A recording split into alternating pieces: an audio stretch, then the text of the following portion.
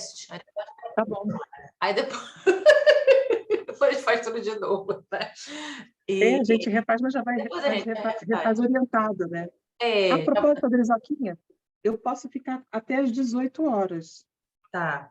Isso é o quê? tá? Que horas são agora? Eu não sei. Que horas são? 16h23, eu tenho 1h30 conosco aqui. Tudo bem, tá ótimo, tá ok. Não é mais do que o suficiente, porque a gente sempre fala pra caramba, mas aí quando estiver na Não, tua hora, se tu me deixar, a diz, gente tá? fala 5 horas, A né. gente E se fala deixar 5 horas, se deixar, vai, né?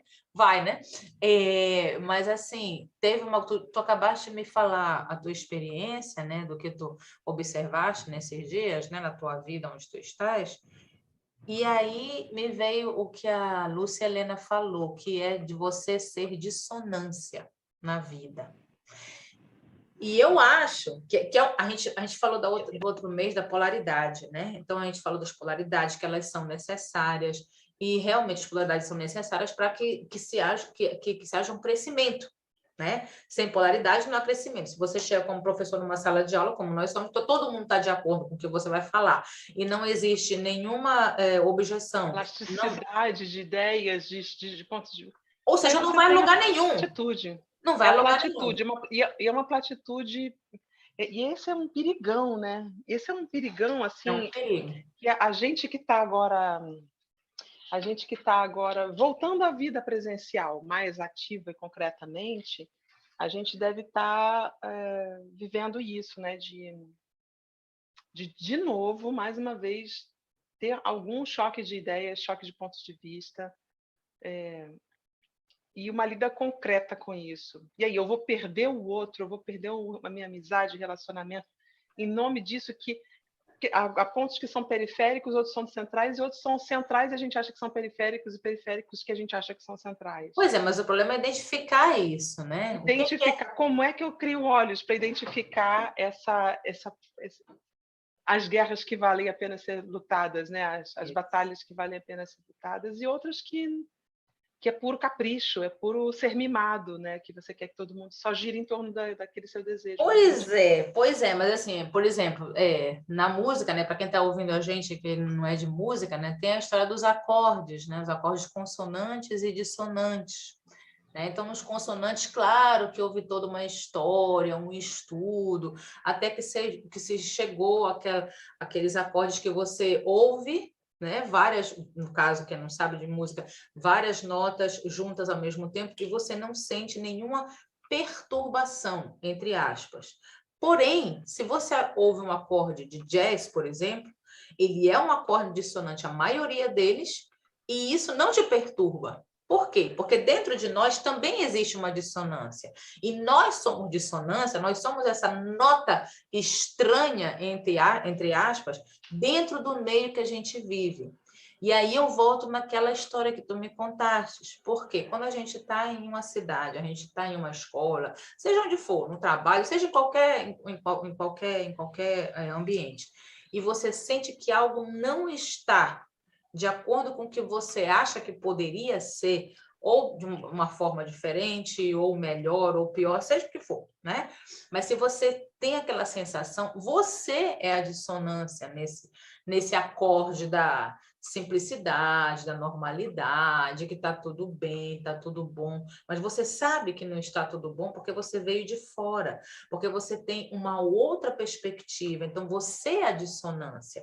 Só que essa dissonância ela pode ser acrescentada, porque esse acorde vai ficar muito mais cheio, ele vai ficar muito mais rico. Então, eu acho que é aí que a gente precisa saber ser a dissonância. Que tipo de dissonância que a gente quer ser no meio que a gente vive?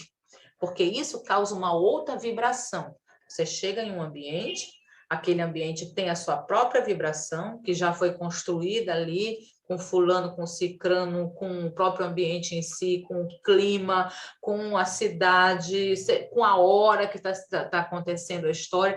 E aí você tudo cria um acorde, né? Isso tudo uma cria imagem energética, auditiva, energética. Isso, e você já sabe que é aquele acorde que você vai encontrar ali. Você vai numa casa de, sei lá, funk, você sabe que vai encontrar aquilo ali. Você vai numa casa de chorinho, você sabe que vai encontrar aquele tipo de pessoa. Ou seja, todas aquelas pessoas que estão ali, a comida que se come, a gente está falando de uma coisa assim mais legere, né? Uma coisa mais relax. Então, você sabe que vai numa disco, você não vai comer feijoada na disco.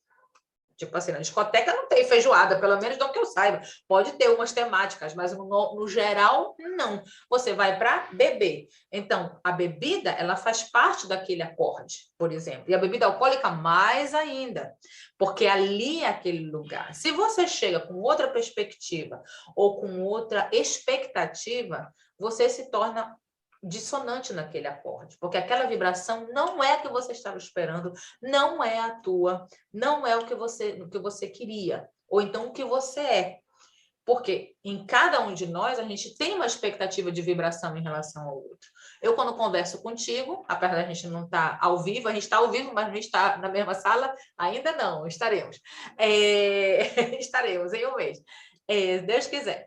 E mesmo assim, a gente está na mesma vibração, porque a gente está dando a atenção, está tendo a escuta atenta, né, de uma para outra, que isso é muito importante, e isso é a mesma coisa em um outro local que você se movimenta, né? Seja no seu trabalho, seja em casa, seja no seu relacionamento, dá no mesmo, porque por mais que seja o encontro de duas notas, no caso de um relacionamento, né? Mesmo assim, são duas notas diferentes. E por mais que elas estejam até em oitavas diferentes, sei lá, né, uma pessoa está mais aqui na vibração mais aguda e outra mais um pouquinho mais baixa, mesmo assim não é a mesma nota. Então você precisa ser um pouco dissonante para que aquilo se encaixe. E eu acho que a gente não tem que ter medo de ser dissonante.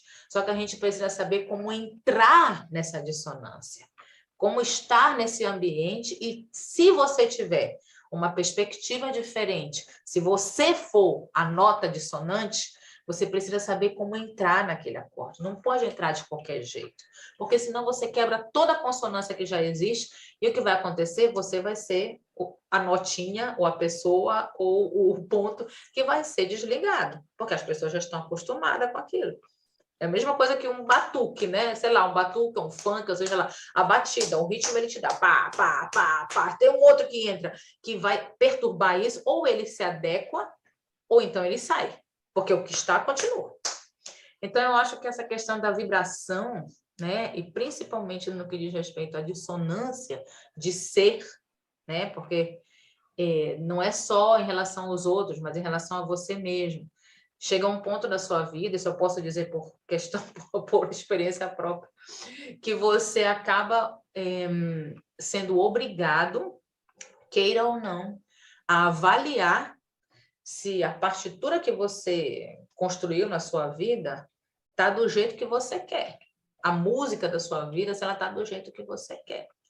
Porque, às vezes, tudo consonante, fantástico, que maravilha, tá tudo lindo aqui, aqui, aqui, mas você vai encontrar alguma coisa que pode ser melhorada. E essa dissonância é que pode te levar a um outro ponto. A modulações, A né? modulações, que é o que a gente tem na música, e a modulações na vida, a gente tem na vida. Hoje tu estás numa modulação de vibração bacana, ou amanhã tu estás triste por alguma coisa que aconteceu, ou pelo clima que mudou, ou por uma catástrofe que aconteceu. E no mundo que a gente vive, principalmente na nossa época, que é uma época de mudanças extremas, a gente sabe disso. Nós estamos vivendo algo que foi vivido pelo menos há uns 70 anos atrás. E ele teve... É circular, né? Não tem jeito, né? A gente está no mandala, a gente sabe, né? A questão das polaridades, e ela é circular. Então, a gente está voltando ao fim de um ciclo para iniciar um outro. E isso é muito doloroso. É doloroso para todos. Cada um assimila de uma forma diferente. Mas se a gente tiver consciência que essa dissonância pode nos levar a uma modulação melhor, que te faça bem, né? De vibração melhor, né? Tanto com o teu corpo, quanto com a tua consciência, quanto no meio que você habita, eu acho que já é um grande upgrade. Com certeza, Andrezinha. Essa analogia da vibração e da harmonia, né? Porque a vibração e o ritmo andam muito juntos, né? Porque a vibração é a nota que eu sou. eu tenho um som determinado, eu alma, né? A gente consegue cada pessoa uma notinha. E tem os acordes, os clusters e as melodias, né? Aquelas pessoas que vão passando por nossa vida e constituindo uma melodia. Não existe isso, né, Adrizinha? Claro. Que a vibração... E que às vezes você continua sendo um Mi, mas esse Mi, ele vai compondo acordes distintos de acordo com os encontros que você está vivendo na sua vida. E me chama também muito a atenção essa coisa da enarmonia, né? Às vezes você tem que ser Mi e às vezes você tem que ser Ré dobrado sustenido, sabe? Aquela coisa que tem que ser a mesma coisa, mas entendendo que você tem outras funções. Isso. E essa coisa do entrar no lugar, né? Porque a gente está reconstruindo um mundo depois de tudo isso que a gente viveu. Estava hoje arrumando a unha, conversando lá com a Margarete, né? E a gente falando a respeito de enterrar os nossos mortos, chorar os nossos mortos, e entender que a gente está vivendo num mundo todo novo que a gente está compondo. E é um momento de recompreender nossa vibração e aquilo que é compatível com a nossa vibração. Claro, mas nós não fomos preparados para isso, Carol. Essa que é a questão. Eu sempre parto do princípio, né, e isso em várias religiões também se colocam, mas independente de cunho religioso, eu acredito que a gente só passa pelas coisas que a gente tem realmente força de enfrentá-las ou de lidar com elas. E quando é demais, você precisa parar. Porque senão a gente fica num ciclo vicioso. Eu já passei por esse ciclo vicioso, passei agora também durante a pandemia, tive meus perrengues, estou pagando por eles e sei conscientemente onde foi o erro, o que foi que eu dei mais atenção, o que foi que eu não dei atenção, mas porque eu não fui também criada para isso. Eu não tinha essa experiência, eu não tinha nenhum background para poder me guiar. Eu nunca passei por uma pandemia em toda a minha vida, essa foi a primeira vez. Eu nunca fui preparada para guerra com armas, apesar de eu ter vivido em periferia e tinha também outro tipo de guerra, né? Era outro tipo. Para esse tipo, eu já tenho uma memória física, uma memória espiritual, uma memória emocional, mas para as coisas novas, a maioria das pessoas não tem, como eu, como tu, onde você segurar. Dizer, ok, é assim que eu devo fazer. Então, a gente está descobrindo junto. E essa vibração de descobrir junto é uma vibração também de medo. É lógico, né?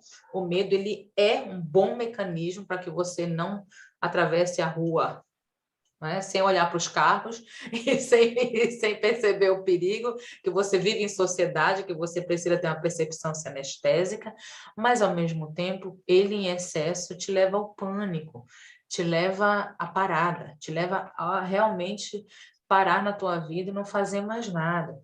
Então, eu acho que essa história da vibração ela é muito importante da gente identificar como é que a gente está e o porquê, sabe? E aceitar também, porque você não tem porquê dentro da partitura, né? No caso, para quem é músico, você não tem porquê em um acorde ser a nota base, seja ela qual for, e você, porque os outros não estão dando conta, você tem que dar conta de todas as outras notas, porque a única coisa que você vai fazer é se dobrar, e não vai dar em nada.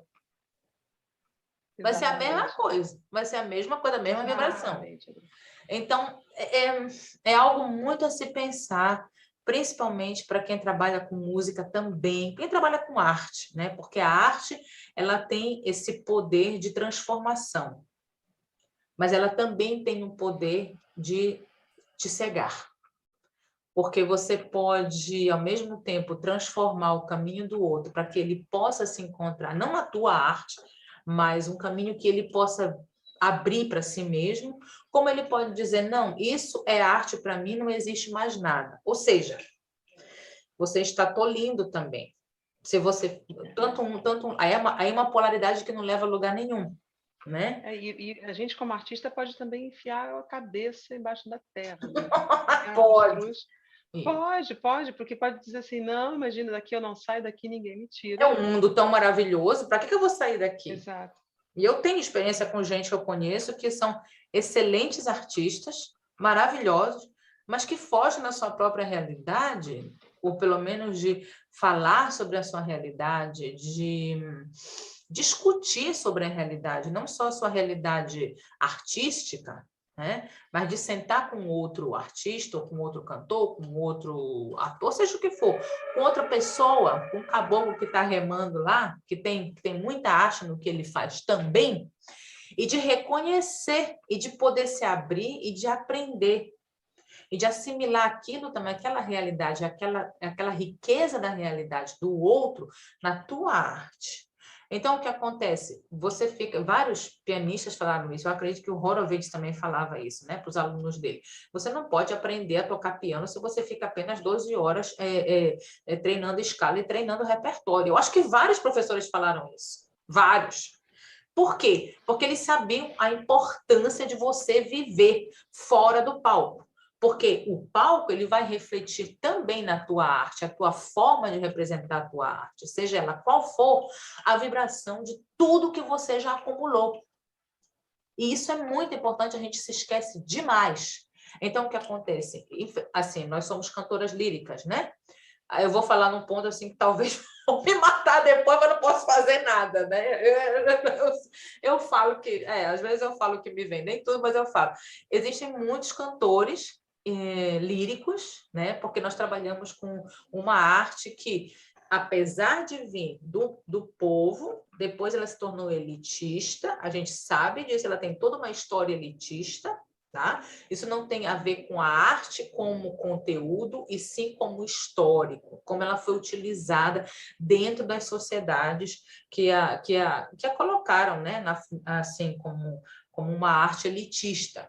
Só que não é a linguagem da arte que é elitista. O problema são as pessoas que a praticam e o business que a coloca na frente das pessoas. Então, aí ficou aquela coisa que mesmo que você pode ver exemplos maravilhosos no Brasil, você lota Manaus, lota Belém, põe espetáculo na rua, todo mundo vem. Aí vem um crítico doido e diz assim, é uma arte elitista. Amor, se isso é uma arte elitista, por que as pessoas vão assistir? Não faz muito sentido. Ninguém obrigou aquelas pessoas a estarem ali e nem pagou para aquelas pessoas estarem ali. Se elas estão ali, é porque elas têm uma coisa que se chama sensibilidade.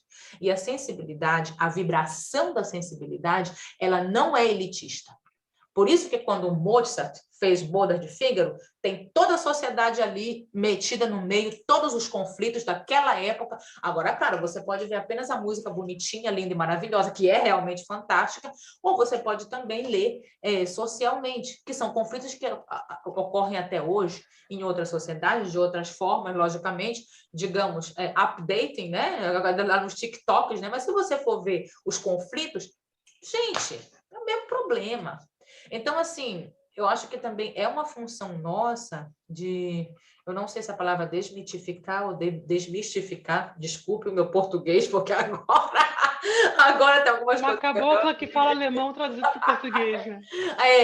Então, às vezes eu falo um pouco errado algumas palavras. Desmistificar. Desmistificar, Mistificar, desmistificar. Ok. Então, eu acho que a gente precisa também, porque existe uma... Como tu disseste, tu pode contar a tua história, né? Que eu achei linda, né? Que tu foste cantar em algum lugar, que era um bar. Conta aí pra gente. E a reação de uma menina. Conta pra gente, por favor. A história da menina, aquilo foi tão bonito. Aquilo, na verdade, foi o show do Renato Braz, que é, para mim, o maior cantor brasileiro popular, vivo, se mexendo. E o Renato Braz e eu, pela internet, a gente se comunica. Na verdade, ele um dia me escreveu me dizendo: eu sou grande fã do seu trabalho. Eu disse: não, por favor, isso só pode ser trote. Renato Braz, primeiro, sabe que eu sou, e segundo, é meu fã. Ele: não é trote, não. Me mandou um CD autografado, ficamos amigos conversando. E aqui em Belém, ele veio cantar e ele, quando me avistou na plateia, ele falou: Carol, vem cantar comigo. Aí eu disse: tá, deixa a gente cantar, sei lá, alguma coisa popular. Não, canta uma área, eu quero uma área. E aí eu cantei Carmen a capela, aquela coisa assim, bem caída de paraquedas, estava pronta para assistir o show, não para cantar no show para mim. Eu me sentia aquelas pessoas que sobem no palco da Lady Gaga, sabe? Peraí, eu quero cantar uma, aí vai exatamente, lá, arrasa. Vai lá e arrasa. Pois é, aí eu cantei, e olha, foi muito bonito, porque ele cantou uma coisa a capela, ele cantou: Ah, meu bem amado, quero fazer um juramento na canção. Eu prometo. Cantou isso a capela, coisa Essa é mais linda, linda, essa é aquela linda. voz que Deus deu naquele homem. E aí eu entrei, aí só para preparar a atenção das pessoas, eu entrei e cantei a primeiro trechinho da Bandeira de Carne. Que E é aí bem depois eu entrei. conhecida, tem que se dizer também, por mais que as pessoas Exato. não saibam o que é, mas sabem que Então, todo existe. mundo. Não, as pessoas da plateia cantaram o coro comigo. Taralá, Eles cantaram coisa mais fofa que foi aquilo. E aí depois ele cantou o canto das 3 raças, com percussão e voz solo, assim. Uma coisa mais linda. Então, aquele bloco do show, né? Ficou um bloco do show. E aconteceu uma coisa muito interessante. Eu fiquei ali morta de vergonha, cantora lírica, pulei de paraquedas num show que estava maravilhoso. Eu disse, meu Deus, essa coisa lírica. A gente tem um pouco isso de, poxa, é uma forma de cantar muito diferente. Eu não gosto de ser invasiva, eu não gosto de ser ofensiva e nem de entrar goela abaixo das pessoas. Mas o que aconteceu foi, na hora de dispersar ali a multidão, porque isso já foi bem para o fim do show, eu vi uma criança chorando de um jeito desconsolado. Era o carro da família passando e a janela aberta. E o pai abaixou a janela e me falou: Mas olha, deixa eu te contar. Ela, desde que ela te escutou, ela tá desse jeito. Porque ela ficou arrasada. Ela tem 7, 8 aninhos, a menininha. Porque ela não conseguiu te filmar para registrar o que estava acontecendo com ela. E aí ela falava para a mãe: Mãe, mas isso quebrou o meu coração. Isso foi lá no fundo do meu coração. E ela ficou chorando, chorando, chorando, chorando, chorando, chorando. Eu disse, mas calma, a gente tem que fazer uma apresentação para você vir assistir. E ela, eu vou assistir você. E, resumo, aquela criança que nunca tinha visto ópera na vida, e nem o canto, na verdade não foi ópera, aquilo foi o canto lírico, imatura, uma voz e um microfone, no caso ali, né? E aquilo ativou uma corda dentro dela que vai vibrar a vida fora. Você sabe, Adrizinha, que quando, aos 16 anos, foi a segunda vez que eu fui assistir ópera na vida. Segunda ópera que eu vi na vida. A primeira ópera foi Norma, que foi muito bonito, aquilo me impressionou muito, mas a segunda ópera foi Salomé, que eu fui assistir com o padre da paróquia, que tinha comprado ingresso para mim, o padre Jan Piotr, padre polonês, e a minha mãe. Nós lá no fundo do balcão, do último balcão do Municipal do Rio, e a minha mãe, 18 anos depois, quando eu fui chamada para cantar Heródias, né, na outra produção de Salomé, porque você sabe que no Brasil você faz uma ópera aqui e outra daqui a 20 anos, o mesmo título, né? Porque não se produz tanta ópera. E eu fui a Heródias escalada para fazer a outra produção da remontagem, anos e anos depois. E a minha mãe falou, mas minha filha, você vai cantar esse personagem, você se lembra que você lá de cima disse, mãe, é isso que eu quero fazer e é isso que eu vou fazer. Aquela Salomé, eu não entendi nada, e eu saí perturbada por não ter entendido nada, aquela coisa que só me mexeu muito. E, de fato, o romantismo tardio, alemão e austríaco, e tudo isso passou a ser o grande tema do meu estudo, por exemplo, na última década. E foi o que eu cantei mesmo, quando a minha voz entrou em maturidade. E aí eu fiz uma correlação disso com o que a menininha viveu e com uma outra menina que veio assistir essa mesma Heródias que eu cantei há alguns anos atrás, já faz acho que 9 anos de produção, e que a filha de uma amiga que foi assistir entrou em choque igual e disse, eu quero fazer aquilo que a moça de azul está fazendo. Meu vestido era azul. E é muito interessante, Adrizinha, porque é uma ativação de corda, é como a gente vê lá no Caibalion, né? A chama que você protege. É épocas em que venta muito, e a chama pode ser um pouco ameaçada, mas que você passa à frente. Porque essa corda ativa, essa vibração começa com essa ativação da corda e isso transforma uma vida. Pois é. É muito forte isso, né, Adri? Eu acho mágico, É. sabe, Carol? Porque nós vivemos em uma época em que o ver, né, ele te impede de ouvir e te impede até de enxergar muitas vezes. Porque nós somos inundados por muitas imagens, por muitas informações, por muita coisa ao mesmo tempo. Tá? É algo que o nosso cérebro está... Claro que os bebês que nascem hoje, as crianças dessa geração, da geração passada, até no caso, né, 2000, 2010, eles já vêm jogados nesse mundo. É diferente, eles já têm esse contato, tipo, com 3 meses, 6 meses, tem criança, tem bebê que sabe mexer melhor no software do que eu. Né? Até que eu não sou um bom exemplo para isso. Mas, tipo assim, mas digamos assim, né? Então, mas a nossa geração, por exemplo, a minha geração, que eu já sou cinquentona, e 50, 40, acho que 50, 40, né? Principalmente quem tem 50, 40 anos, a gente também foi jogado nesse mundo porque nós vivemos essa transição. E são vibrações diferentes, porque nós tínhamos essa colocação que a vibração ao vivo e a cores era a única possibilidade de nós nos comunicarmos, ok? Depois, o mundo virtual deu, né, nos últimos 30 anos, 25 anos, um boom absurdo e mostrou que existem outras formas de comunicação. Apesar da religião, dependendo da religião, a gente sabe que existe comunicação de outras formas e outras vibrações, a gente sabe disso, né? Depende muito do que você, quando você vai rezar, quando você vai em um culto, quando você vai em uma sessão de umbanda, quando você vai na sessão de xamanismo, seja o que for, ou mesmo no budismo, com os mantras, isso já é cientificamente comprovado que a vibração do corpo, ela se altera. Porque na hora que a gente dorme, a gente tem vários períodos do sono. Quando a gente medita, a gente tem outro período de atenção. A cabeça, o cérebro, ele ativa outras partes e o corpo responde, porque afinal de contas, né, até onde eu sei, é o cérebro que ainda é o que coordena alguma coisa, né? Quando coordena, então, no corpo. Então, tudo isso são as vibrações que a gente acaba esquecendo e a gente vai só respondendo, né, ao que vem de fora. Mas quando a gente tem aquele momento, que no caso foi o momento, os teus momentos, o teu momento de assistir e o momento da bebê de te assistir, ela parou. Ela simplesmente deixou que essa vibração, no caso do canto, do teu canto, a invadisse, independente do que estava acontecendo do lado. E essa é a magia da vibração, porque você se abre, e uma criança ela consegue se abrir muito, muito mais fácil do que a gente. Sim. Não tem o que discutir, porque se é algo que prende a atenção dela, né, ela vai abrir o corpo dela e a alma dela. E é aí que a gente pode tocar. Por isso que a responsabilidade é muito grande. Porque quando você faz as coisas nas coxas, quando você não respeita o teu trabalho, seja ele qual for, tá? Você não tem nenhuma oportunidade de tocar o outro. Quando eu fui em Belém a última vez, eu fui do outro lado do rio, onde tem... Tu foste também visitar aquela senhora, que eu me esqueci o nome dela, que trabalha com chocolate, com cacau, e eu me esqueci, não sei se é Joana o nome dela, eu não me lembro realmente o nome dela. E ela é uma grande empresária. E ela me tocou, eu não tenho nada a ver com empresariado. Nada. Eu sou péssima para venda, para negociar. Não são os meus talentos, eu tenho outros talentos.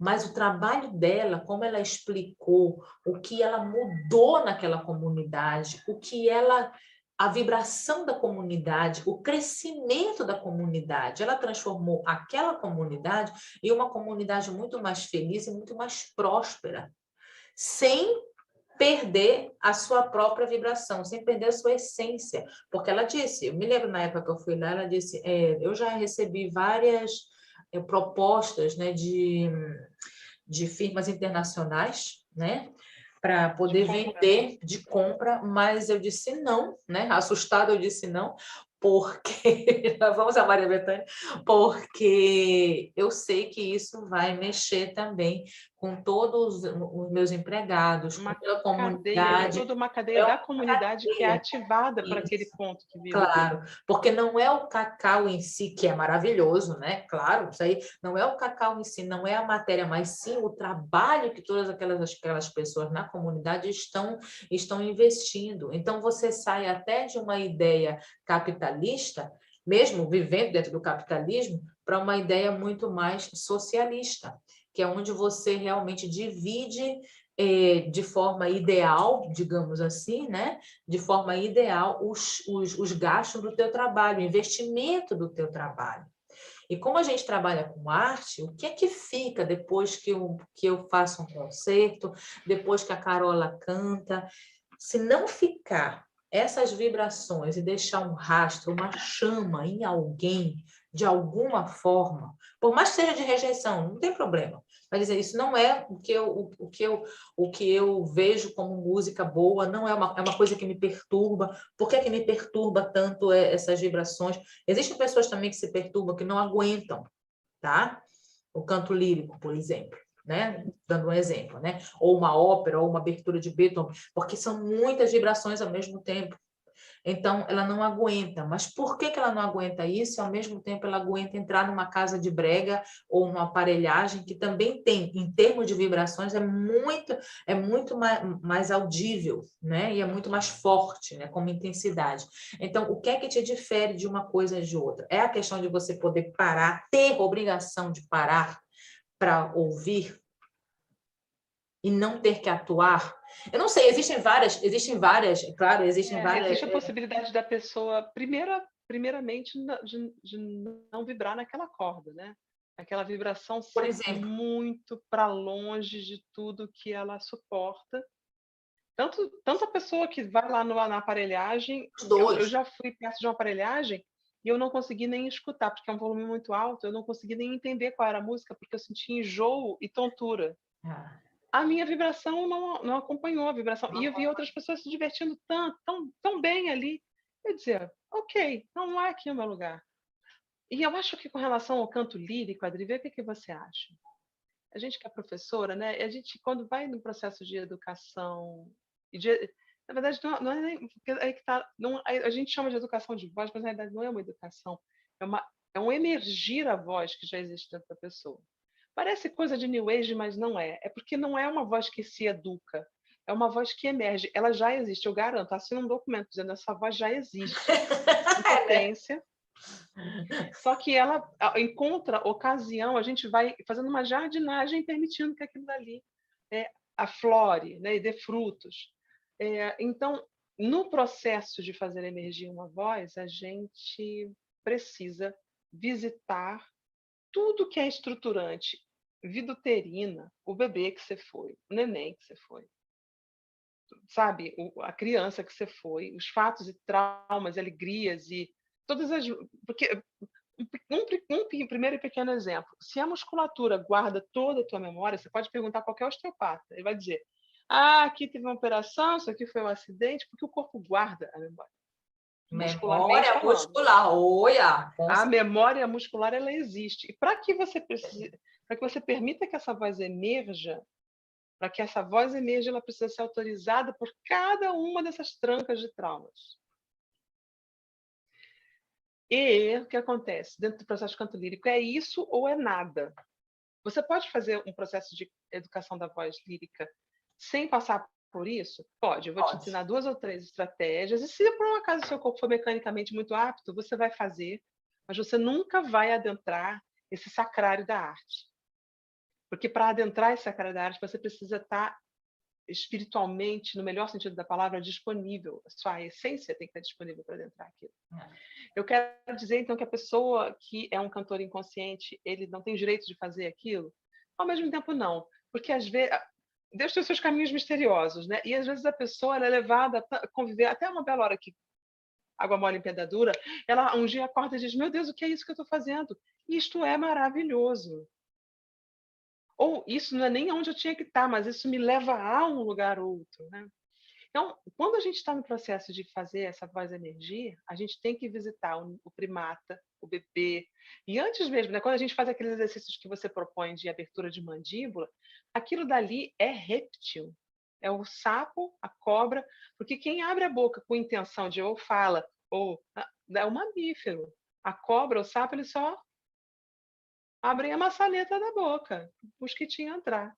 Ele não está sofrendo, nem chorando, nem alegre, porque o mosquitinho está entrando.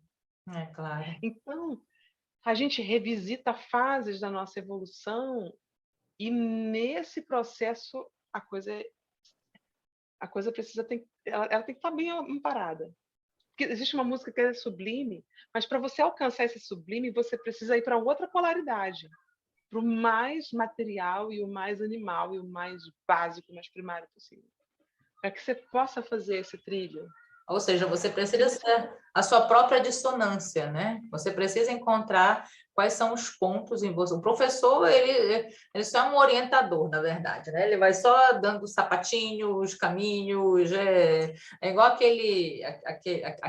aquelas corridas, né? Que você tem que alcançar vários níveis, aí vai ter que ou joguinhos de vídeo, a mesma coisa. Mas a gente precisa saber que isso é um caminho, né? E isso é a mesma coisa como na vida. Não adianta você ficar, quando você... Agora até parece que eu sou gamer, né? Mas assim, quando você tá num joguinho e que você tem que voltar 2 casas, voltar 3 casas, aqueles joguinhos bem assim, primitivos, né? Que você tem que jogar Mario Bros, sei lá, essas coisas assim. Você tem que voltar 2, 3 casas, isso não quer dizer que você perdeu o jogo. Isso quer dizer que você tem que dar um retrocesso, mas que você pode alcançar depois no outro, não é game over, né? Você pode ir na outra etapa e você pode acabar ganhando o jogo. E eu acho que é isso que a gente acaba perdendo no processo, quando a gente se deixa levar por todas as vibrações ao mesmo tempo e perde a sua própria, porque você não sabe mais nem como reage às outras. Esse é o problema. Exatamente. Aí... E essa é a essência de um trabalho... Porque a gente que mexe com música é uma biblioteca tão enorme, né? Existem tantas possibilidades de repertório, tantas possibilidades de caminhos, que a gente, é claro, é natural ser conduzido pelo professor e pelo orientador. Mas é tão importante, como você mencionou algum tempo atrás, né? É muito importante você fortalecer-se como ser humano para desenvolver critérios, uma curadoria própria, que aquela arte que você faz, ela tenha consonância, ela não seja divorciada da sua vida. Divorciada é ótimo. Divorciada, esquizofrenia, um troço que vai para um lado e você vai para o outro. E é possível ser um profissional, ou mesmo, o que é pior de tudo, que isso é imperdoável, ser um professor de alguma coisa que você não entende. Não é porque você não entende técnica e mecanicamente, que a parte mecânica é balela, é simples. É a essência. Por que levar à frente essa chama? Você sabe, Adri, eu coordenando aqui a Academia de Ópera do Teatro, é uma pergunta que eu me faço a cada dia. A cada dia. Nesse mundo de agora, nesse mundo de hoje, o que posso eu, como treinadora, como mestre dessa galerinha, o que eu posso ajudar a fazer eclodir neles, que realmente, primeiro, tenham consonância com a vida deles, que tenha consonância com a vibração própria deles e do mundo no qual elas estão inseridos. A cada dia eu respondo que está valendo, que é isso aí, e cada vez mais, ainda mais aqui no Brasil, né? Mas eu tenho que te dizer, é claro que no Brasil existe uma deficiência dos meios de produção, né? Existe uma deficiência de mercado, né, de produção. Isso é notório, porque senão haveria muito mais produções, né, produções que pudessem empregar também as pessoas que estão trabalhando nesse âmbito, né, com muito mais frequência, não uma produção por ano ou 3, mas, sei lá, 30, porque o material humano existe, o material intelectual existe. Isso já foi comprovado, isso não é deficiência de material. O problema é a estrutura, né? Que ela depende de outros mecanismos que não são apenas o material humano, né? Ou de outros materiais humanos que não entendem desse material humano que precisa se colocar no palco. Bom, isso já é uma outra coisa. Mas eu acredito assim, independente do trabalho o trabalho que se faz, quando ele tem um foco, e isso eu posso dar meu depoimento, né? Quando a Míneva chegou, a Malina Míneva, que foi uma professora búlgara que trabalhou em Belém nos anos 90, 2000, e ela foi uma pessoa que ela era uma dissonância em todo o sistema que já havia em Belém, que era um sistema muito bom e tudo, tinha uma professora fantástica, que era a Marina Monarca, só que ela saiu para fazer o doutorado, e aí ficou uma vaga aberta, e veio a Malina Míneva, que é a búlgara, não sabia falar português, aprendeu português em 2 meses, vendo novela e conversando conosco, né? E ela era uma dissonância, assim... não era jazzística, era de Divina Schuller, era totalmente assim, era Schoenberg na veia, era música contemporânea daquelas assim, sei lá, sabe? Cage perde, né? John Cage perde, né? Assim, era uma coisa assim, porque ela chegava com tanta informação e ao mesmo tempo com tanta braveza, de brava mesmo, ela tinha uma personalidade muito forte, né? Não era tão diplomática, tem que se dizer, e nós vivemos em uma terra de caboclos, eu sou uma cabocla, então é lógico que você tem dois mecanismos, ou você se defende, ou você ouve o que aquela pessoa está querendo dizer. Então, eu posso dar o meu depoimento, porque eu posso falar por mim, né? Não posso falar pelos meus colegas. Apesar de todos eles que ficaram com a Marina Minerva, a maioria, ou pelo menos 95%, todos são músicos ou são profissionais da música. Então, alguma coisa ela deixou, ela reverberou. Eu não tinha perspectiva de me tornar profissional, de viver da música, porque eu tinha uma autoestima muito baixa nesse quesito. Ela chegou e saiu empurrando todo mundo. Empurrou um para o lado, empurrou para o outro, e foi dizendo, é assim que se faz, é assim que se faz, é assim que se faz. No início, você recebe um choque. Eu recebi, né, um choque. Eu sei de outros colegas, eu não vou falar o nome, porque eu não estou louca, não é ético, que também pegaram um choque. Essa mulher é doida. Eu saí da primeira aula dizendo, essa mulher é doida. Não tem outra palavra. Porém, o conteúdo que ela me deu na primeira aula e o que ela disse, ela fez um scanner, né, da minha voz. Eu disse, faz sentido. Então, eu tenho que ouvir um pouquinho mais atentamente o que essa pessoa está dizendo, apesar de sua forma ser uma forma muito dissonante. É pá, pá, pá, pá, pá. Então, isso ficou na minha cabeça e eu tenho que dizer, se não fosse por ela, eu não teria me tornado uma profissional do canto. Eu não teria nem a vontade, nem a força de me meter a querer viver do canto, seja de que forma fosse. Ela foi responsável nesse sentido por mim, porque ela abriu uma porta para mim, ela veio com a dissonância dela, me chocou, mas ao mesmo tempo eu estava de ouvidos abertos para dizer, ok, apesar da forma não me agradar logo de início, mas eu vou voltar, porque o que ela diz tem algo que se possa retirar, tem conteúdo. E se esse conteúdo é um conteúdo que te toca o coração, como no meu caso era, porque eu já era apaixonada pelo canto lírico, por causa da outra professora Marina Monaca, que suscitou esse amor em mim, que eu nem conhecia, né, o que era canto lírico, né, na época, e ela transformou esse amor em algo de perspectiva de vida, e que depois, logicamente, sabe, né, mudou a minha vida totalmente, a minha, da minha família, mudou, assim, bum, né? Coisa de livro, né? Mudou realmente, né? Totalmente. Tanto que eu moro em outro continente também por causa disso, por causa da música. Então, não é por outra coisa, não, porque eu queria vir para a Europa. Não, é por causa da música mesmo. Então, eu acho que essa dissonância, essa vibração que ela veio, mexeu com todo mundo. E ela disse uma coisa que uma vez eu fiquei assim, chegou um colega meu atrasado na aula, ela disse, por que você chegou atrasado? Ele disse, porque choveu e o ônibus atrasou. E ela disse, pois é, eu morava em Sófia, na Bulgária, e a gente ia para a aula com neve até o joelho. Quando você ouve isso e você nunca saiu de Belém, você diz, essa professora tá louca, né? Depois, quando você vem morar aqui e você vê a realidade, você vê que é verdade. Com neve chegando no joelho, as pessoas se movimentam, não ficam em casa paradas debaixo do edredom, como seria maravilhoso, mas não é a realidade. Você precisa trabalhar, precisa viver. Então, sai, dá teu jeito, sai mais cedo, vai pegar o ônibus mais cedo, não pode pegar aquele porque atrasou, então pega um anterior, mas tem que ter responsabilidade.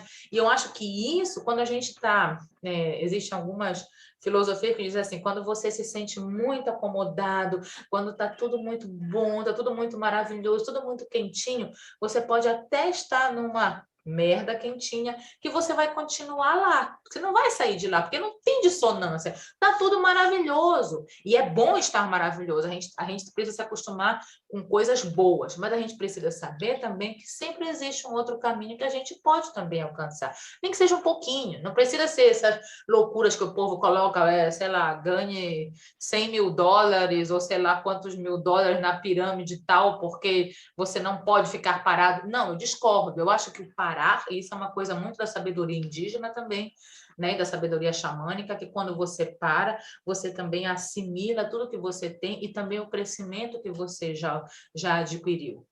Lógico, é necessário. Eu sou totalmente contra essa coisa de desespero, que você tem que ficar 24 horas pensando no que vai fazer. Gente, se você pensa no seu futuro, então o seu presente já foi. Em português é linda essa palavra. O presente, o estar aqui, é um presente. Eu acho que a gente se esquece muito disso. Porém, a gente precisa de um outro, de saber, ok, ali tem um outro caminho que eu posso também continuar bem, um pouquinho mais adiante. Por que eu não vou tentar? Porque custa um preço? Tudo custa um preço, né? Pois é, tudo custa um preço. Adrizinha, eu acho que essa mensagem tá valendo, né? A gente fazer um paralelo dessa vibração, que aqui a gente falou um pouquinho de vibração, polaridade, fluxo E dissonância. e dissonância. E é uma conversa que ela é pano para manga e ela é base para a gente acessar muitas dúvidas essenciais nas nossas vidas. É o famoso oncotô, proncovô do mineiro, né? Onde que eu tô, para onde que eu vou? Pois é. Onde que eu tô, eu já acho minha essência, né? Proncovô é o que conecta com esse ponto que eu Claro, e que eu posso também expandir como uma mandala, não podemos esquecer do nosso projeto, né? Que é para isso que estamos aqui, que ele vai crescendo, a sua essência, quando a gente tem um caminho para ir, é lógico que a gente tem um caminho dentro da nossa própria essência, sem perder a nossa vibração. Ela só vai expandir. Exatamente. Nada mais, ela vai expandir, como todas as coisas. A gente sabe que existem esses experimentos, né, com água, com plantas, que tudo, que você faz aquelas fotos lá, né, no seu nome lá, e você vê, né, o expandir, né, as próprias células que se expandem no nosso corpo. Então, isso a gente precisa buscar, essa vibração. E a música, ela é muito direta nesse ponto, porque ela te atinge, como atingiu a bebê que você presenciou com seu canto, e como você foi atingida também. Então, sim, eu acho dia.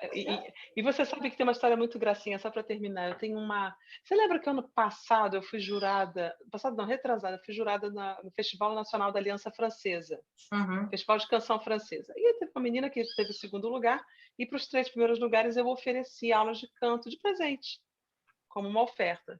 E essa menina que fez o segundo lugar, ela veio fazer a aula, ok, fez a aulinha dela, depois ela fez uma preparação para fazer uma prova para a escola de música, escola lá do Rio de Janeiro, que tem um pouco de popular, um pouco de clássico, e ela, a professora de canto, para o curso do qual ela ingressou, tinha uma turminha mista, eram 2 alunas de canto lírico, era mal em grupo, e ela de canto popular. E a professora falou, posso te dar aula de canto lírico? Porque, né, estamos aqui, essa aula em grupo. Resumo, ela apaixonou-se pelo canto lírico. Essa semana ela veio se aconselhar comigo. Carol, o que eu faço? Eu estou apaixonada por isso. Quanto mais eu canto, mais eu amo. Ela está assim, ela está para mudar de curso, tem 20 aninhos, está para mudar de curso na faculdade, para que ela possa se tornar uma cantora. E realmente o Brasil vai agradecer muito de ter um contralto daquela natureza. Uau! A musicalidade da astronomia, ela vem da astronomia. Ela vem das estrelas. Ela vem das estrelas para brilhar. E ela está apaixonada pela ópera, ela está apaixonada pelo canto lírico. A gente está falando aqui da nossa área. É possível que no popular, no carimbó, no MPB, no funk, deva existir muitas histórias de almas que ascendem para a arte. E o contrário também é possível. É possível que a gente, fazendo arte, encontre a nossa vocação na astronomia. Por que não? Faça as duas coisas. Por que não? Porque não existe muito essa coisa de uma fila, né? De quem é que está na frente, quem é que não consigo crer muito nisso, não. Porque a gente às vezes vai à arte para depois se tornar um padeiro, um sapateiro e Claro. ser. Mas tá com os 2 pés onde a gente está. Né? E a arte ajuda a gente a colocar os 2 pés onde a gente. A arte ajuda a nos fazer vibrar na frequência nossa, na frequência da nossa essência. A arte é para isso. Então, sim. Minha querida, então eu acho que eu só gostaria de terminar esse nosso encontro falando que o nosso próximo encontro do Caminho pela Voz vai acontecer no dia 11 de junho. não E esqueçam. que os nossos... Exato, e que o nosso Caminho pela Voz, ele vai passar, pelo menos por enquanto, né, Adri, a ser beneficente em favor de uma biblioteca que oferece cursos de reforço, de alfabetização para crianças que estão indo à escola e não estão aprendendo, infelizmente. E que essa professora que trabalha nessa biblioteca, ela também é uma pessoa super simples e humilde, e a gente pode ajudar a remunerá-la para fazer esse reforço escolar para essas crianças. Eu acho que é uma forma muito digna da gente oferecer o nosso trabalho e fazer a roda Claro. girar, né? Claro, Então, o mandala quem sempre está vier em fazer movimento. o movimento, e quem vier fazer os próximos cursos, saiba que esse dinheiro ele vai ser integralmente invertido para esse fim, e a gente espera que essas crianças façam um bom proveito dessa competência da leitura que vão desenvolver nessa Claro. biblioteca comunitária.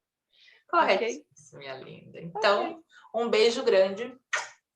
Um beijo.